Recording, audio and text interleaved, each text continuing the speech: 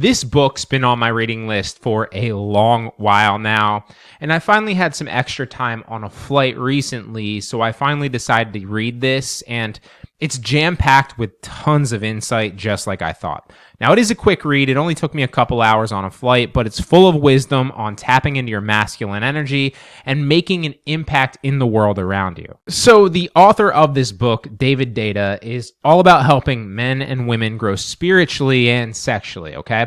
So he's known for his workshops and writings that dive deep into this stuff, and I was a little put off by what I'd heard about the book, although I've heard so many people that are influential that I look up to talk about how it's had a positive impact in their life and their outlook, so I finally decided to give it a shot on that flight. Now, essentially, the book is split into 8 parts, covering everything from finding your mission in life to understanding women better, okay? And one big takeaway is about the difference between masculine and feminine energy. Basically, as guys, we're wired to chase purpose and our mission in life. And the more aligned with that specific mission that we are, the more fulfilled we actually feel.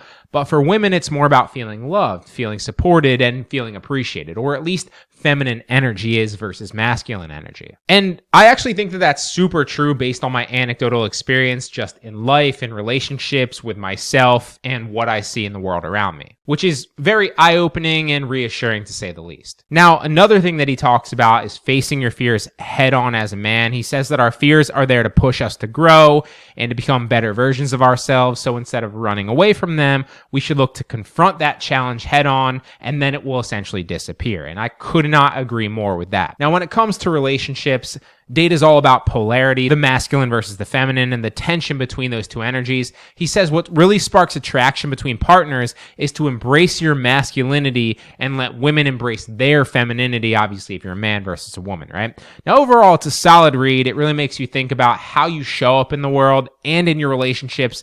I highly recommend it because while this might focus on like relationships between masculine and feminine, right? And that obviously matters when you're dating, when you're marrying, when you're looking for those specific things. 100%, obviously.